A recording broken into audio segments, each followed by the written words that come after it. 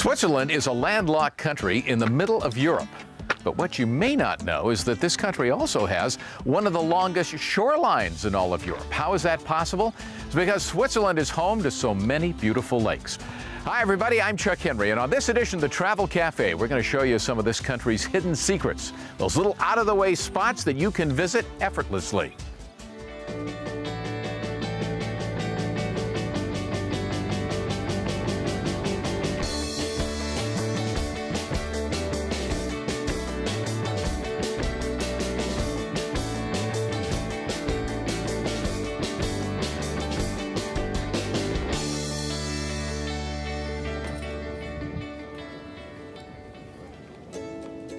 The one thing you don't need after a long flight is a lot of hassle. And when you arrive in Switzerland, they've made it really easy.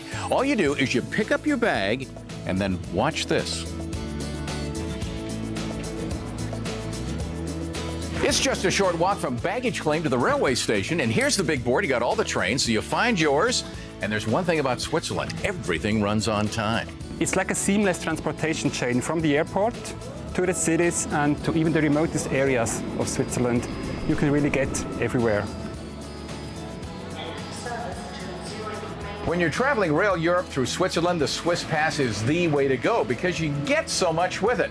Not only you get this tremendous view out your window, you also get transportation that includes buses, the steamers on the lakes. You can also get discounts on a lot of attractions and over 400 museums. So the Swiss Pass, you buy it in the U.S., you come here, you use it, you go just about anywhere you want to go.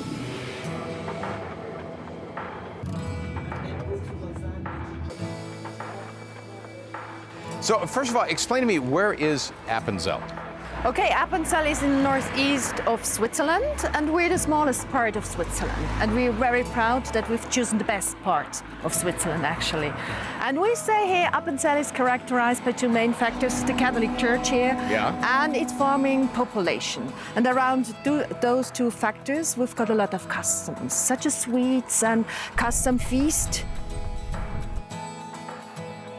We've got three main chains of the pre-Alps called the Alpstein, and we've got a lot of soft hills around. And what's also typical, you see all the houses are scattered over the area, so this is the typical Appenzeller settlement. I'd say it really feels like living in Switzerland because it's characterized by the Catholic Church and its farming population. So these women, they just came out of church, right? Yes, right. So they are very special women, and they wear the traditional clothes for the feast. So those beautiful dresses are only worn for religious feasts. Tell me about the hat. Yeah, it's a very special one. You see all the women, all the three women are wearing a golden hat inside and the two red silk ribbon. So that's the sign of being married. Did you make this all yourself, or did you? No. I have from my grandmother. From your grandmother? Yeah. And you see the precious jewelry they're wearing. Jewelry is not only for decoration. Years ago, it was also protection against bad spirits, for example. Who says it's comfortable? Now, you say that it's comfortable wearing this? Yeah. Not, you have to sit in church a long time? No? It's no problem. So what would be a specialty here as far as food or pastries, something like that? It's everything that has to do with ginger. Ginger, kind of gingerbread here. Yeah. It's very famous in that area.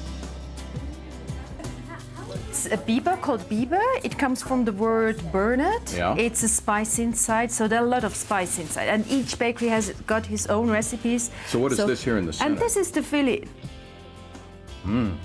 Well, you can certainly taste the honey. It kind of tastes like gingerbread. Okay, I had to pick my personal favorites, and this is Marie. You work here in the shop, right? Yes. Okay, what is this? Because this just looked incredible to me. Well, it's an apple pie. It's not actually a Swiss apple pie, but it's with Swiss apples made. This doesn't look like any apple pie I've ever seen before. It looks... You're used to the American apple pie. Yeah. Okay, see, you must know the story behind these specific cookies here. So Appenzeller women are allowed to vote only since 1991. So we got the vote in 91. Yes, so we're the last one. So, and years ago, these were the only sweets the men brought at home for their wives. So to say, okay, poor wife, you had to be at home, so but I bring you some sweets back. So up to 1991, it was only men that came out to raise their hands. Yes. And then the next year, the women were there. Yes. This voting thing is really interesting because in this region, everybody turns out, don't they? And this one Sunday in April, and they count? Yes. Everybody? No, they don't count. They just look into the crowd to assess the majority. Oh, okay. So that's how they vote. Yes, and we raise our hands to say, okay, we agree or we disagree. So you don't have a ballot, you just raise your hand? Yes. On that one Sunday, everybody comes out and votes? Yes. The direct democracy here. Wow, very direct. Yeah. Like the Swiss, you know, they cut right to it. Yes. If you'd like more information on Switzerland or any of the destinations featured in this show, just go to the website myswitzerland.com. And we'll be right back with more Travel Cafe in Switzerland right after this.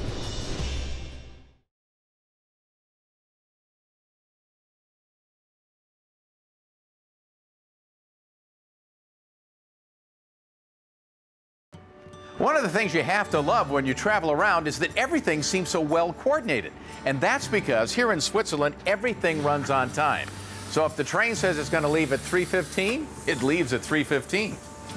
And having a train leave or arrive on time is very important because you see all the schedules are coordinated between the boats, the buses, the trains. Ooh, a double-decker here. Very nice. So we just walked on board the train. We're sitting next to this nice gentleman who tells me for the last 50 or plus years, you only take public transportation. Yes, but if you're just in vacation, then it's the finest thing to take the very comfortable public transport system we have. It's really interesting just how comfortable this is. And then if we had a computer, they have internet on the trains. Yes. It's very, very smooth. If you want something to eat, you can get something to eat. Or to read, or have a little break and have a sleep. It's fine. Both. And the other great thing about it is if you're under 16 and you're traveling on a Swiss pass, you don't even have to pay. Exactly. I wish we were a lot younger, don't you?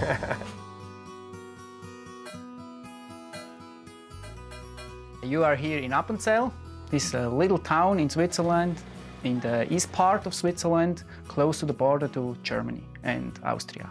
I make a typical handcraft. I'm working with brass. I make handmade cows, bells. They like the decoration on the suspenders or on the bells with the history, what's happened in the mountains, with the huts, with the cows, with the goats. Especially in this time, it's important that the people can see the handcraft. We'll find this handcraft only in this area. And I took over the business from my grandfather. It's now in the 4th generation. The big bells, even it's now, or the cowbells, they were pretty famous in Switzerland. The farmers put the bells on their cows, and the meaning about this is they have 3 bells and 3 different sizes. And the special thing on these 3 bells, it's the sound. They sound differently, but they belong together. You can make music with these bells. Each farmer who has his own centum, it's called, the 3 bells, he knows that's my 3 bells. That's the real special thing on these bells, and you can find it only in this area around Appenzell. Every part of Switzerland is known for something.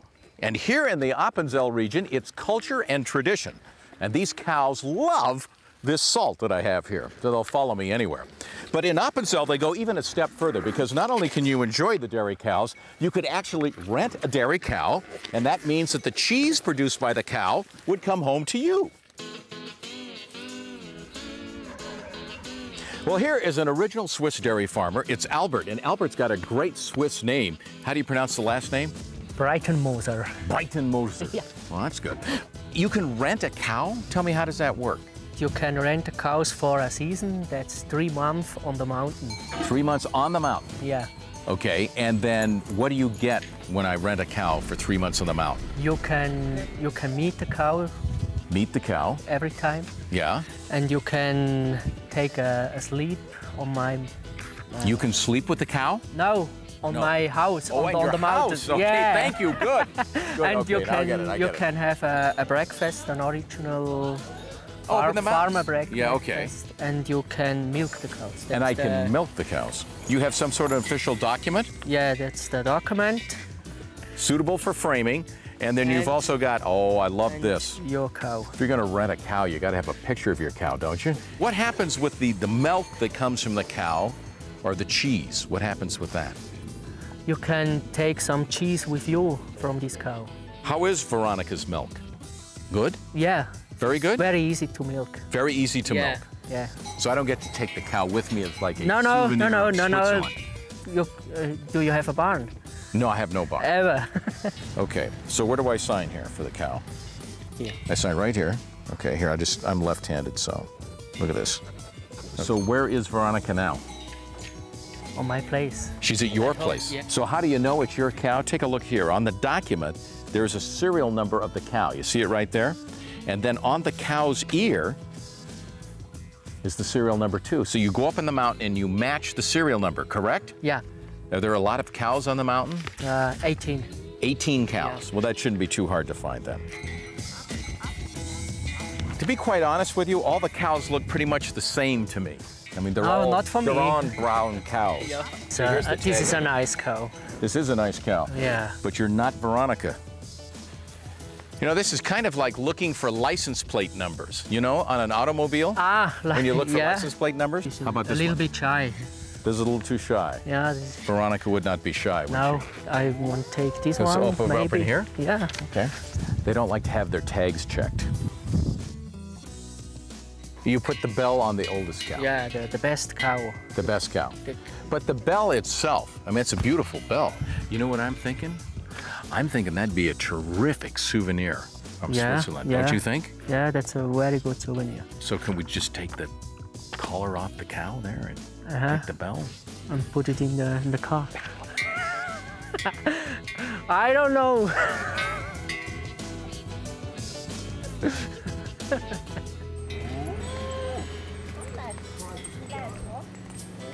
You know, it seems that there's always a festival going on in Switzerland somewhere, someplace, and today happens to be the big Alpine descent. That's the one day in the year when the ranchers bring the cows down from the mountaintops. What they'll do is they'll close off the street here and they'll come marching right down the street. Very colorful and very special. Everybody enjoys the cattle drives. So everybody goes and runs when they hear the chiming of the bells, and they like to watch it. And for the farmers themselves, it's the day where they show, see, that's what I worked the whole summer long. And especially for tourists, it's a very special occasion when you are lucky enough to watch the cattle drive. You know, for some of these animals, this is a first time because these are the calves that were born up on the mountaintop, and obviously they're at the end of the line. They've never been to a city before. If you'd like to know more about some of these festivals here in Switzerland, just go to their website, myswitzerland.com. That's myswitzerland.com, and we'll be right back. I like the dog here trying to lead him out. We'll be right back with more of the Travel Cafe in Switzerland. Stay with us. There they go. Keep in line, doggy.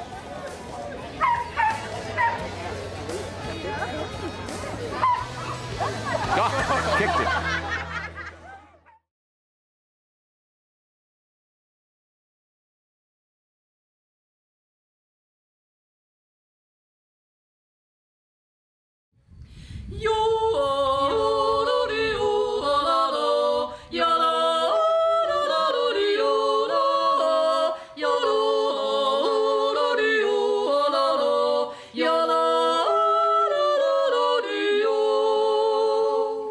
Let's hear it for him, huh? Yo! Thank you. That was beautiful. Where else but Switzerland can you get serenaded as you come up on the gondola? I just love it when we find little surprises. Here we are in the Eben Alp, and at the top of the cable car, the yodelers up there, completely unexpected. And this is what they came to see. This is a series of caves here. Actually, hermits once lived in here, but now you find these series of caves. There's a little place where you can spend the night if you wanted to. There's a restaurant in here, and there's a church. Come on, we'll take a look. One thing we should point out that the caves are not a year-round attraction. I just learned that the reason they're not year-round is because bears in the wintertime come in here to hibernate. Yike.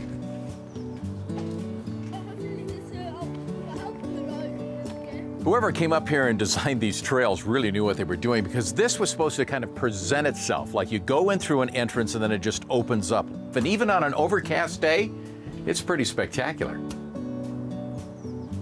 And this is what you find at the end of the trail, this hotel and restaurant that is built right into the side of that cliff there. Now think about this, one of the few places in the world you can stay that actually only has 3 walls. This is one of 28 mountain hotels in the region, and this particular one is over 200 years old. Same family's been operating it for about 25 years. People come up here in the summertime and the springtime, they enjoy the hiking, and they can spend the night.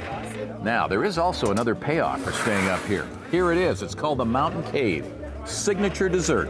It's lemon meringue, a lot of whipped cream, as you can see, and there's a little bit of ice cream buried in there somewhere. Very rich.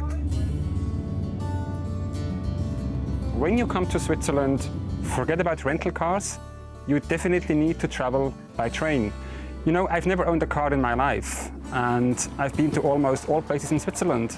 So it's very easy to travel within 1 day from Bern, where I live, the capital, and within 1 hour and 10 minutes, I'm here in Lake Geneva in a completely different culture. People speak French, you have the wineries, you have the lake, and in the evening you can go back. Of course, we recommend you first to buy this Swiss pass. That's in fact the key to this entire Swiss travel system. You can get free access to trains, buses and boats all over the country, including the city transit systems in all Swiss cities. And as a family, your children up to 16 years travel completely free with the parents. So that's an excellent value for money, and in fact we are the only country in Europe who offers that kind of benefits to families.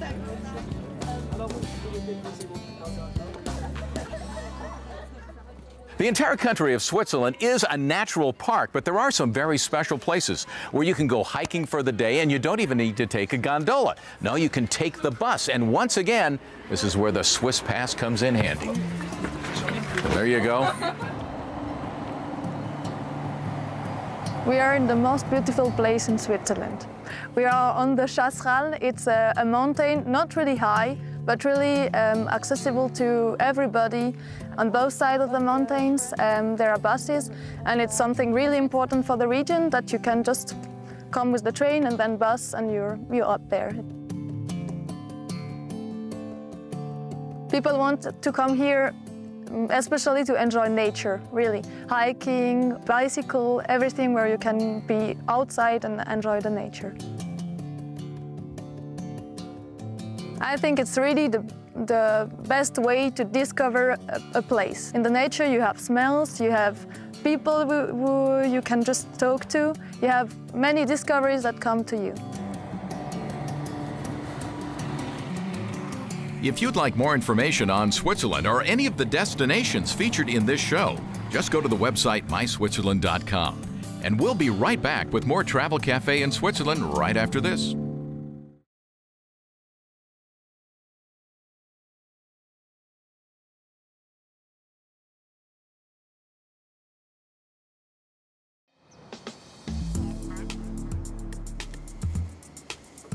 Switzerland is very, very small. It's 7.5 million people, so I believe it's just the half of New York or something like that. What is so nice, in particular to this country, is that you have the lake, and half an hour later, you're in the mountains, okay? So there is no distance. Anywhere you are, you find a train every hour. From Lausanne, it's more, give or take, 10 minutes to be here.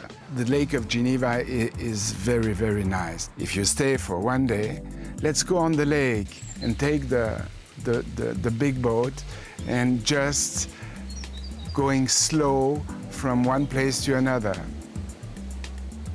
It's a special place because my family has been here for 4 centuries. Okay, living off the vineyards of the wine business and make his place in Switzerland. The tradition here is the white, and mainly it's called the Chasselas. There is no word in English for it, but in Switzerland it's the main white wine. They like this place, this quiet place, and they have fun to it. and I'm pleased to receive them.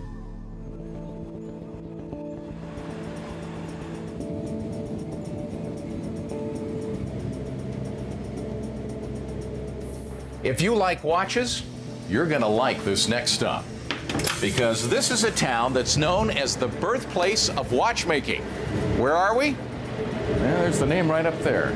At 3,200 feet above sea level, La Chance-de-Fonds is a spectacular mountain city on the border between Switzerland and France. The architecture and efficient city planning have earned this city the designation of being named a World Heritage Site. And for this reason alone, it's worth a trip. Here, it is all about time. Remember I told you that the Swiss Pass gets you into some 450 museums, like the one I'm in right now. This is the Watch Museum. It's located in a place which is known as the birthplace of the watchmaking industry. Today, there are some 50 companies located here, some of the largest. Names you'd know, like Breitling, Cartier, Tag. You must imagine, even more than 100 years ago, we had a lot of farmers. And during the winter, they have no occupation. So then they started to produce watches. And produce they did. It was here the concept of assembly line watch production was invented, an idea that revolutionized the watchmaking industry and gave the Swiss the corner on the market. Tag Heuer needs always the best persons to do the jobs. And in this town, we have a lot of skillful people. And to hire those people at Tag Heuer, we have to be here. And that's why, for almost 150 years, TAG has kept its international headquarters here, a place that generations of watchmakers have called home. Each watch is made completely by hand, a process that can take up to a day and a half to complete just one piece, from setting the dial, creating the movements of the hand, and finally the casing. Creating a watch is a job so meticulous that it takes the skilled and steady hands of a professional. To do a good quality, always a constant quality, it must be done by hand. If you'd like more information on Switzerland or any of the destinations featured in this show, just go to the website myswitzerland.com. I think most travelers would agree with me that the most difficult part of any vacation is simply getting around from point A to point B, all the hassle. Well, here in Switzerland, they've taken the hassle out of travel. It's easy, it's convenient, why, it's almost a snap. Till next time, here on the Travel Cafe, I'm Chuck Henry. So long.